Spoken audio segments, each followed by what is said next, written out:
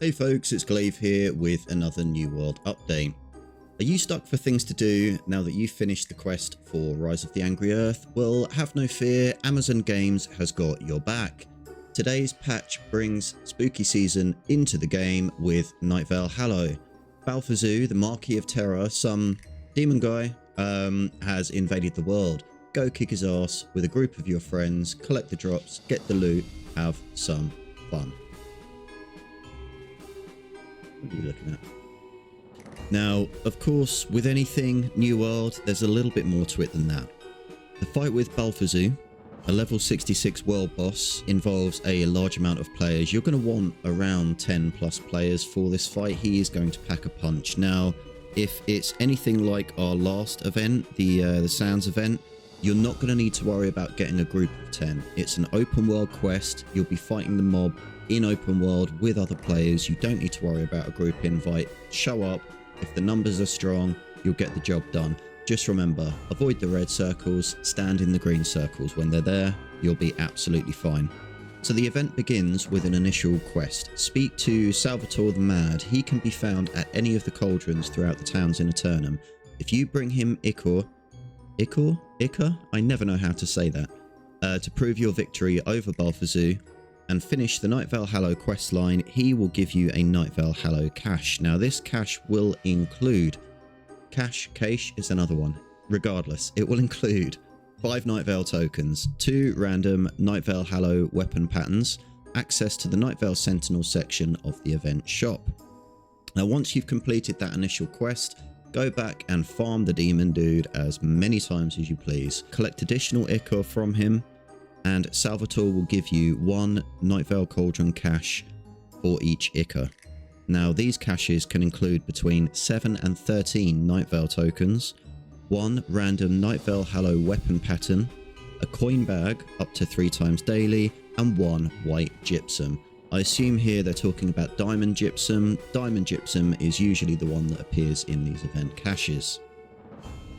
Now for the shop itself, it includes a lot of returning rewards from previous years. There are emotes, there are armor skins. There's one in particular that I've seen around the map that I really want, and that's the Jack-o'-lantern smile. Yes, if you too would like to be a pumpkin head, now's your chance.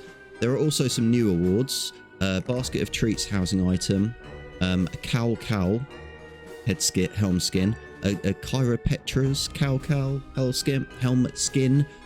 Words are hard. A druid's headdress, a necromancer's crown, crone visage. These are all helm skins, by the way. We're big on the helm skins, but then I guess that makes sense because it's Halloween, and Halloween means what? Yes, masks. You can also get furniture pieces, Throne of the Hollow, Balthazar's offering, a summoning circle. There is an emote, Tremble with Fear, a possessed walk. I mean, that's all of us after a heavy night out. A new tent skin, hexed canopy, and updated Nightveil weapon patterns. In addition to these goodies, which were available last year, they have introduced a new mechanic, and that is trick or treat and playing dress up. There are going to be 4 costumes available within game.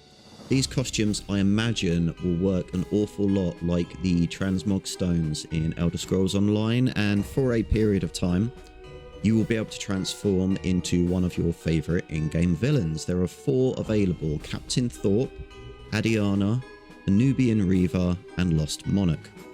Once you've dressed as one of these infamous villains, you can search each town for hidden treat baskets. Now, these treat baskets have a chance to contain new armor pieces at 10%, Nightveil tokens 3 times daily, and a new item, candy. Now this is a limited time consumable. It apparently comes in 4 flavors. I assume this is your basic buff food that you quite often get with these events. But it sounds fun, so hop in, give it a try. Who knows? What have you got to lose? Now, as well as the event, there are of course patch notes for patch 3.0.1.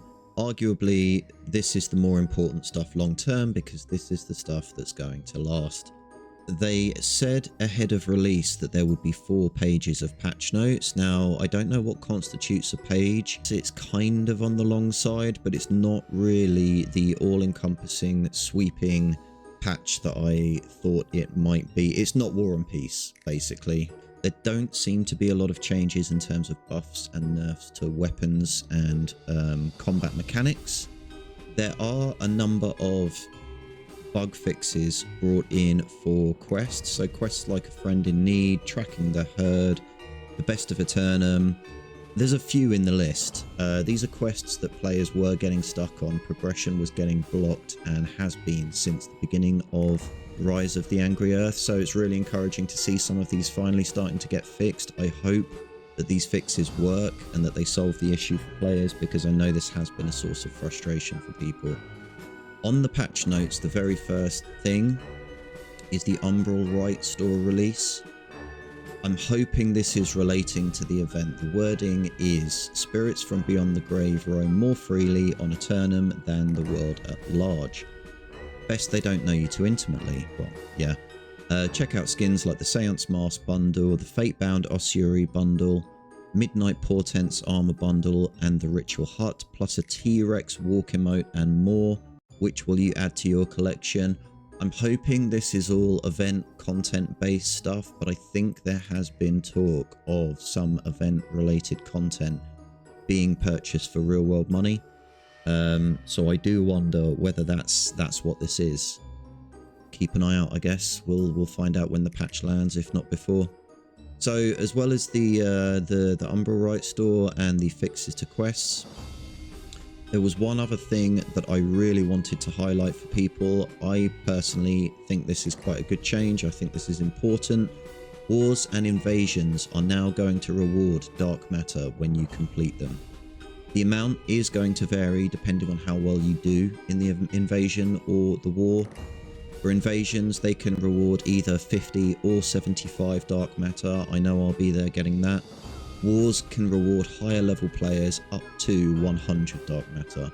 So participate, perform, do well, and that will hopefully close the gap. At the moment, dark matter is quite scarce. Apart from doing mutations, there aren't really any consistent, reliable ways to gather large amounts of dark matter, so hopefully that closes that gap somewhat. I'm not going to go through the patch notes line by line. As I say, there's nothing drastic or sweeping in there other than what I've mentioned, but I will include a link to the patch notes in the description below. And that's it for another video. I hope you found this helpful or informative, or maybe a bit of both. If you did, please consider throwing a like, please consider hitting subscribe, and of course, happy to hear any feedback. There's a comment section for that as well. I'm actually streaming on Twitch if you fancy coming in for a chat. I stream on Mondays, Wednesdays, Fridays. Those are scheduled. Hopefully I see you then. If not, I'll see you in the next video.